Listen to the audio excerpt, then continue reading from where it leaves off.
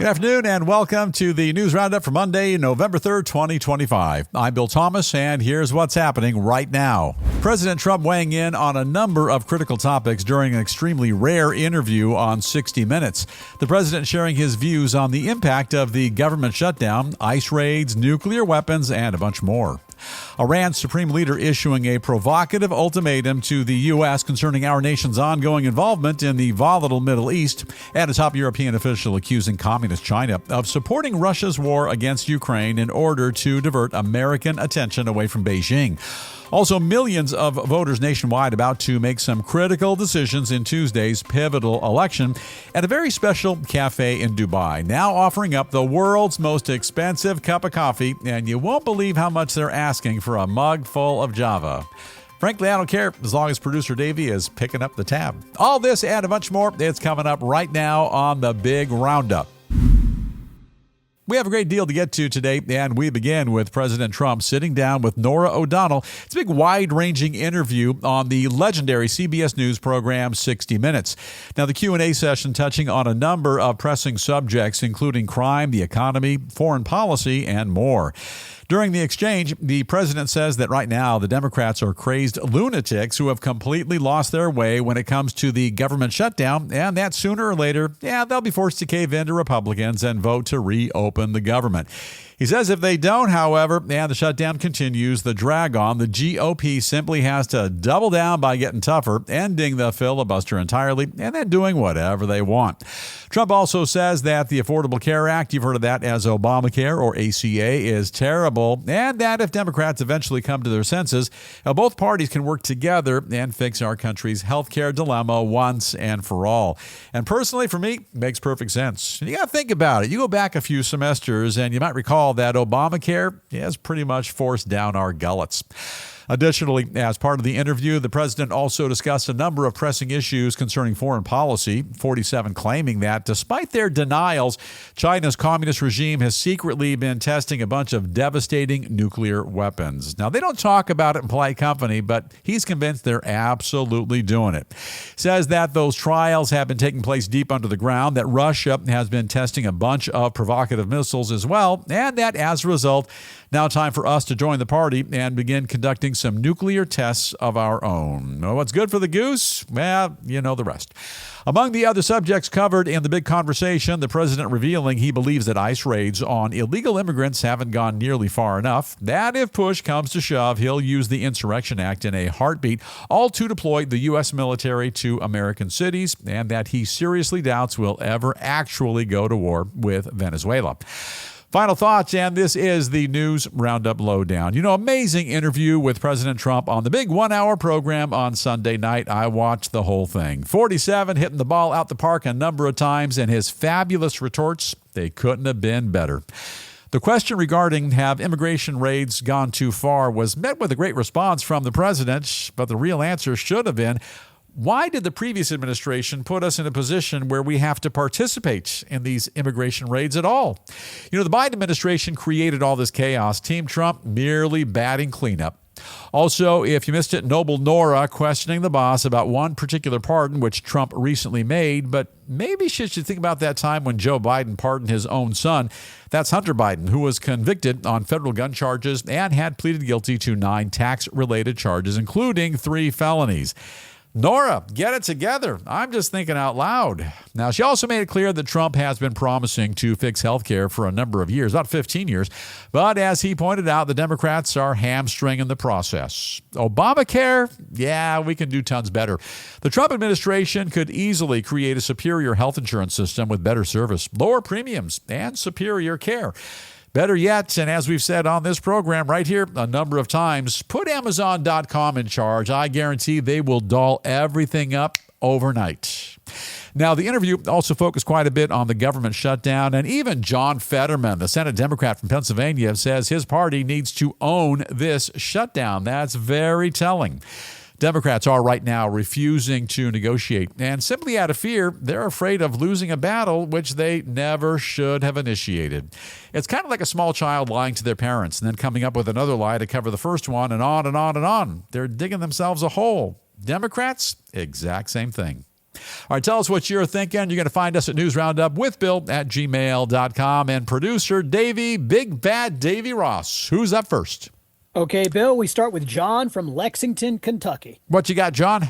He says, that was a great interview. It's refreshing to see a president who's willing to tell the truth when the media is even halfway decent. Yeah, Norah O'Donnell did a great job. President Trump, you can see he's very tempered now. In the past, he was kind of a wild card, but did a great job last night. He answered every question to perfection, kept Norah O'Donnell on her toes as well. A lot of folks are actually criticizing Norah O'Donnell, saying she wasn't hard enough on President Trump. But overall, I thought it was a great interview. Thank you very much for checking in. And Davey, who's up next? Okay, Bill, bit of a different view from Wendy in Lancaster, Pennsylvania. Wendy, bring it on. We also have a Lancaster right here in Southern California. Not too big on our Lancaster, but Lancaster, PA is A-OK. What's on your mind? Okay, Wendy says the shutdown is not the Democrats' fault. It's Trump and the Republicans who've dismantled our traditional government, and now they're unilaterally forcing their selfish policies on everyone. You're missing the point entirely. We just said this seconds ago. John Fetterman, a Democrat, is saying the Democrats have to own this shutdown. The Democrats own it. All they have to do is sign off on that spending bill, reopen the government. We're back in business. In the meantime, due to the Democrat shutdown, our nation's aviation system, watch, pay attention, it is struggling. Thanksgiving, it's just around the corner. Families who rely on SNAP benefits, they might not be able to participate in the big feast. And our entire country right now, it's in a quandary due to the Democrat shutdown. You own this. This is simply abhorrent. It is inexcusable. All right, change things up just a bit now. Turn our attention to a harsh ultimatum coming out of Iran, which is aimed directly at President Trump, the U.S., and the American people themselves. Hey, producer Dave, are you there? I'm standing by, Bill. That better not include me. Was that aimed at me? Well, I don't think it was aimed at you personally, Bill. I think it was more at President Trump. Okay, I'll sign off on that, as long as it's not aimed at me. Iran's supreme leader, that guy, the Ayatollah Khomeini, says that the Islamic Republic will never have anything to do with our country whatsoever until we totally abandon our support of Israel, remove our military forces entirely from the Middle East, not going to happen, and stop interfering completely in the region's political affairs. Sit down and shut up. Be quiet, Gramps. We'll do what we want. You take a nap now. The Supreme Leader goes on to say that he's fully aware that none of those conditions are likely to be met anytime soon. You think that every single one of America's presidents has tried to make Iran knuckle under and surrender to their demands, and there's an essential difference between our two countries that'll simply never be breached. Because he's saying the U.S., is arrogant, imperialistic, and hypocritical. Well, except for all three of those things, he's sort of kind of right. You know, to make matters worse, the Supreme Leader, he made his blistering comments to celebrate the anniversary of the 1979 U.S. Embassy takeover in Tehran, which he calls a day of pride and victory for his entire nation. Well, he may not have gotten the memo, but out of sheer terror, his nation returned those hostages. We'll get to that. Now, for his part, President Trump says that no deal could have ever been reached with a nuclear Iran, that the destruction of their nuclear sites by us, the U.S., the airstrikes earlier this year, deliberately assembled to forge peace throughout the region, and that the door is actually still open to further diplomacy. Hey, Kooky Khomeini, wake up. We're trying to play nice. We're trying to work with you here.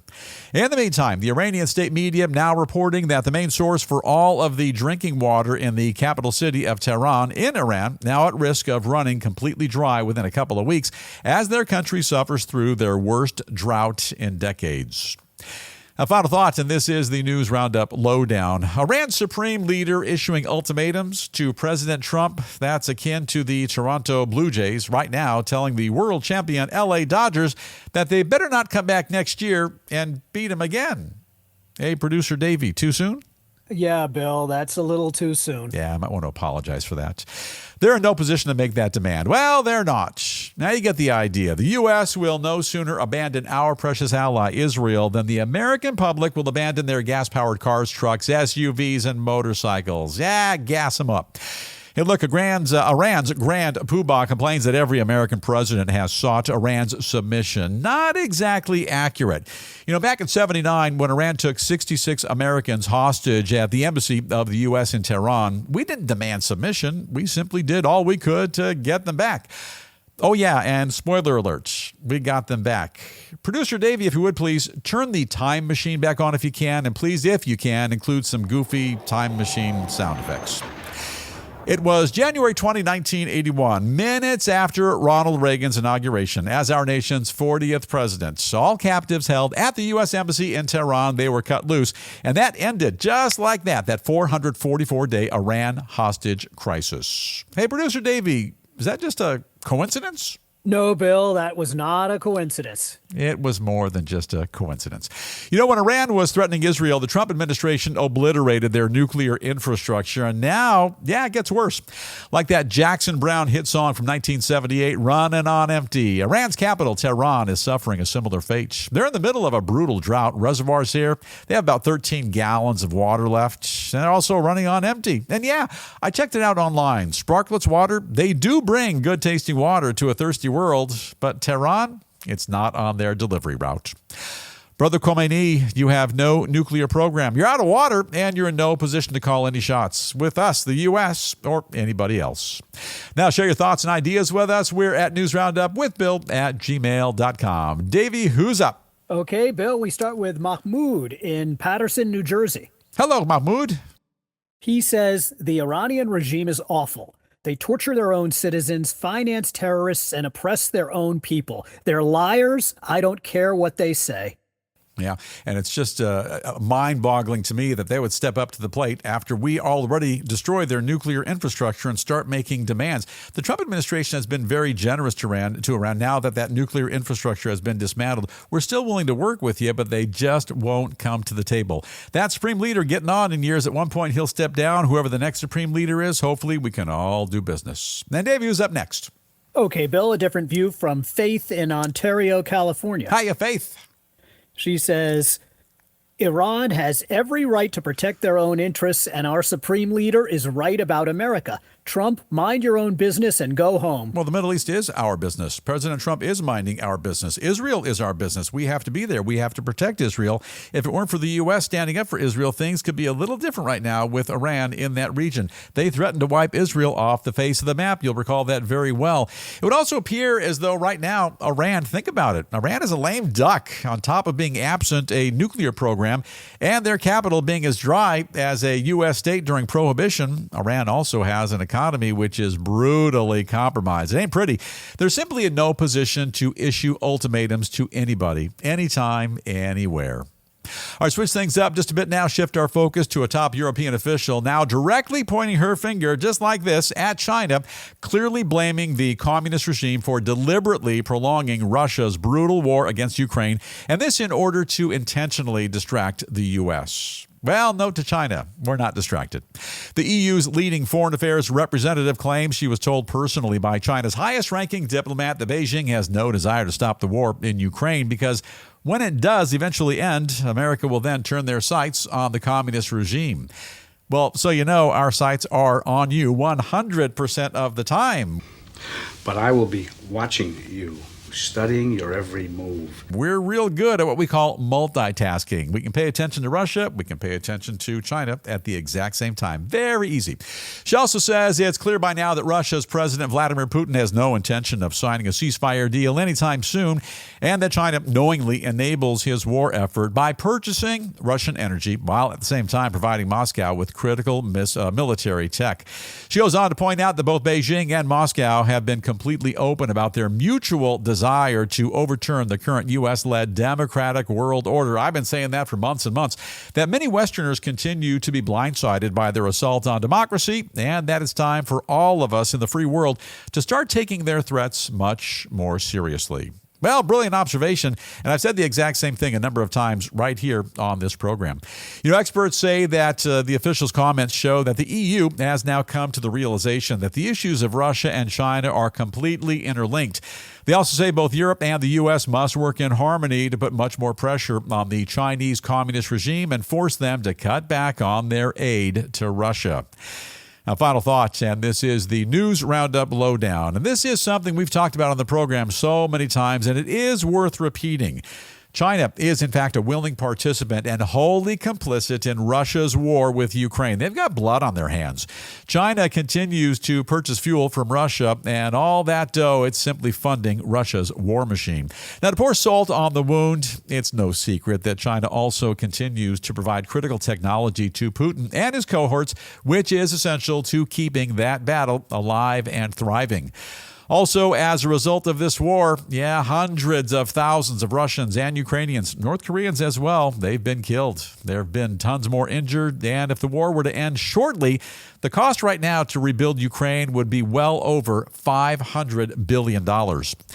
Essentially, right now, China is attempting to what I call wag the dog. In other words, the more chaos they can generate in another portion of the world, Russia and Ukraine as an example, the less attention the world will pay to China. But it's a foolish strategy, and the U.S. and everyone else is watching every move that China makes. Left unchecked, China will continue to build out their formidable military complex, assemble more nuclear bombs, commit more human rights abuses as well. And at the end of the day, it looks like China and Russia are trying to buddy up and become the de facto leaders of their very own new world order. All right, tell us what you're thinking. And we're at newsroundupwithbill@gmail.com. This is a very critical issue, Davey. And what do folks have to say about this one? Yeah, Bill, people have a lot to say about this. Beverly in Muskogee, Oklahoma, checking in. Hi, Beverly. What are you thinking? She says, I listen to your show often and applaud your revelations about the Chinese Communist Party. Nice. They're clearly up to no good, and we need to protect ourselves ASAP. Hey, absolutely. If you watch close enough, you don't have to watch that close. It's pretty clear. China is right now playing both sides of the fence. They're assuring us that they'll do all they can to assist in bringing Russia's war with Ukraine to an end. But look, bottom line, in reality, they appear to be perpetuating that nearly 4-year-old devastating war by keeping very cozy with Vladimir Putin. All right, now some additional headlines we are also keeping a very close watch on right here in the News Roundup newsroom. And first up, the Trump administration now reportedly planning to ramp up their military campaign against drug runners in the Western Hemisphere by putting boots on the ground and sending a bunch of American troops into Mexico in order to target violent cartels. Officials revealing that preparations currently are underway, that the mission would include the CIA as well, and that deployment is still a long way off. Another critical headline we're following, and due to the government shutdown, the situation at our nation's airports is deteriorating rapidly. It's all because of a shortage of air traffic controllers, and it's just wreaking havoc on everybody, also causing cancellations and flight delays all over the country. You know, in the meantime, following a court order, the Trump administration now agreeing to use an emergency reserve fund and keep this month's federal food stamps program partially up and running. You know, we're trying to feed people, but the Democrats keep saying, let them eat cake. All right, turning now to Tuesday's pivotal state and local elections, which are being held all across the country. And among the key races with nationwide implications to keep your eyes on, very tight contests in both Virginia and New Jersey to see who becomes the next governor, a ballot measure in California, my home state. And this all to check out to redraw the Golden State's congressional map in favor of the Democrats, and the race for New York City mayor featuring Democratic socialist Zoran Mamdani. Check this guy out.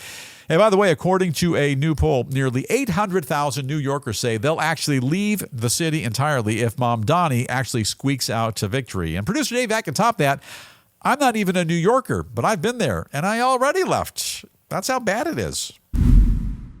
That says quite a bit, Bill. Yeah, it says quite a bit. All right, saunter on over now to the world of business and taking a quick gander at a couple of stories making waves in finance, in commerce, and more. Leading off with a headline concerning the media, and despite recently firing dozens of critical personnel in a major cost-cutting move, CBS News now reportedly shelling out more than $10,000 a day, and this all to provide a security detail for the company's new boss, someone called Barry Weiss.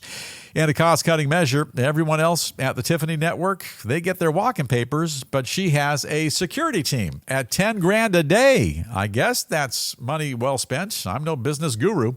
Shifting gears now and powering up with a bit of big tech news. OpenAI signing a massive $38 billion deal with Amazon, which enables the ChatGPT maker to run their cutting-edge artificial intelligence system via Amazon's state-of-the-art data centers throughout the USA. Sounds like they're putting a lot of dough into the economy. I'm okay with that. And you know, artificial intel, it's the only kind of intel I know about. So sure, I got to sign off on it. And a developing story out of SoCal. Hundreds of Carl's Jr.'s fast food restaurants generously offering dollar deal meals to needy families who are suffering the effects of the ongoing government shutdown. The franchisee who owns those restaurants, about 300 of them, says that in times like these, being a good neighbor means stepping up to the plate when times are tough. And again, you got Democrats taking food off your plate, and a burger joint jumps in, puts the fix in. Hey, McDonald's, Taco Bell, and all the rest. You could do the right thing as well. Join the party. Feed the country. And at a good price. And now it's time for a quick jaunt into the lighter side of news. And here's what's cooking today. Actually, here's what's brewing today. A cafe in Dubai is now offering their customers the most expensive coffee in the entire world. And you can try it out for yourself at the bargain basement price of just under $1,000 a cup. Producer Davey, did you make a typo? Is it $1,000 a cup or $1 a cup? No, Bill, it's $1,000 for just under $1,000 for a cup. Yeah, sounds reasonable, I guess. The cafe's owner says his concoction is the most highly celebrated and highly graded brew of all time, that it tastes a bit like tea, and that it's as delicate and sweet as honey. At those prices, it should be as delicate and sweet as a bar of solid gold. You know, it's nothing more than curiosity, but at $980 per cup, that's almost $1,000.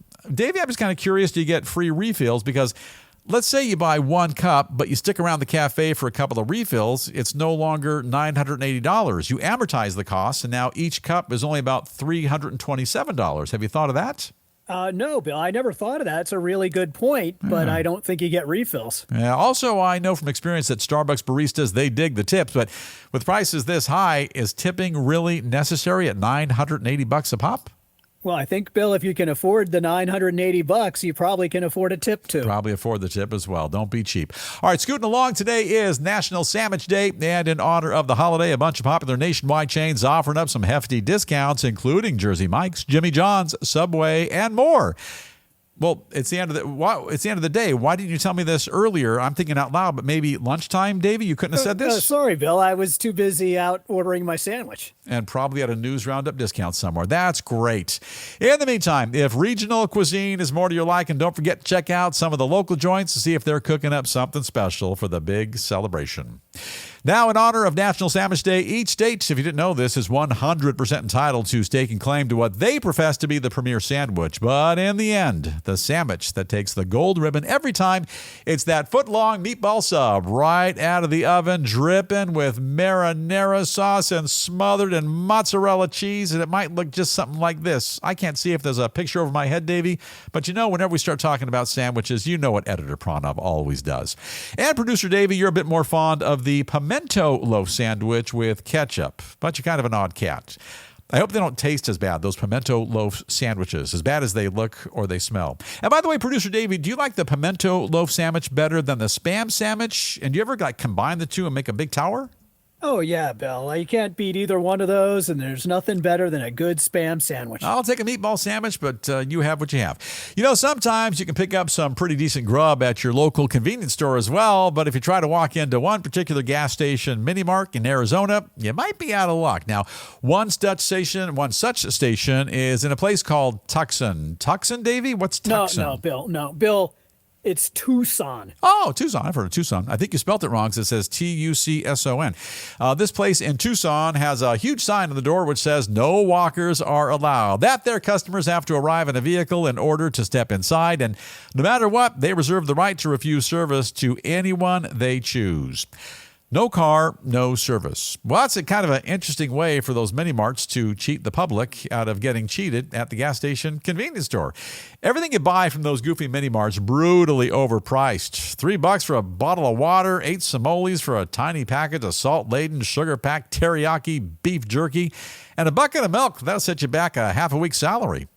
What you do is you go to 7-Eleven. There's a 7-Eleven on every corner, and they never object to walk-ins. In fact, there's even a 7-Eleven right by my house here in the L.A. area. At one time, it was a drive-through, and if we have a photo of it, great. And if I recall the story accurately, somebody actually hit the gas instead of the brake pedal and kind of plowed right through the front of the store, right into the Doritos, the Cheetos, and the Dr. Pepper. It was a tragic day, Davey.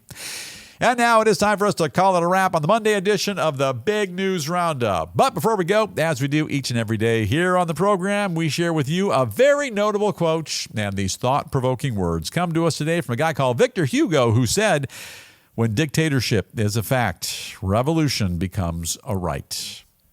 Hugo was a world-famous 19th century writer from France whose greatest works include The Hunchback of Notre Dame. A book, if I remember correctly, highlights a football player from Notre Dame injured during one of the games and is now kind of difficult to bring down. Is that remotely accurate, Davey? No, Bill, that has nothing to do with The Hunchback of Notre Dame. I gave it my best shot. Yeah, it's a good try. All right, now it is time for us to slide into home base. But before we do, one final thought. Yeah, over the weekend, my pals, the world-famous Los Angeles Dodgers, yeah, they won the World Series. They pulled it off in a foreign country as the boys in blue beat the Toronto OJs in Game 7. Now,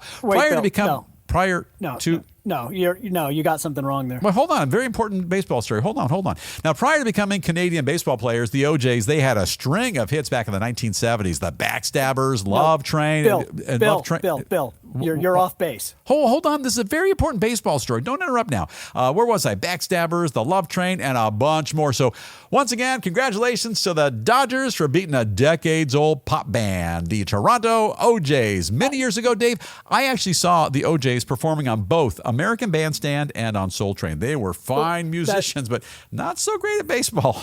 Bill, that's really wonderful, okay? Yeah. But it was not the OJs. Toronto the OJs OJs are a 70s pop band. They were very good. Yeah. It's the Toronto Blue Jays, Bill. Oh, well, you can see how I got a little confused there. And now it really is time for us to, if you're right, it really is time for us to skedaddle. But before we go, don't forget the News Roundup motto. Ask not what your podcast can do for you, but what you can do for your podcast. For example, hit that subscribe button. That way you never miss even a single episode. And that looks like our time. Yeah, it's officially up, so have an awesome day today. Please stay safe. And let's all continue to watch out for one another. With that, Engineer Jamie, let's go ahead and dim those lights. Let's fade to black, and we'll see you right back here tomorrow afternoon. And Producer Dave, you're sure it was not the Toronto OJs against the Dodgers? I'm absolutely sure, Bill. I mean, I I don't know how you can mix up the two, okay? The OJs are a very great band. I give you all the credit in the world, but it was one of the great Game 7s of all time. The Blue Jays can hold their heads high. They have nothing to do with the OJs at all. I don't even know where you come up with this, okay? You can do that.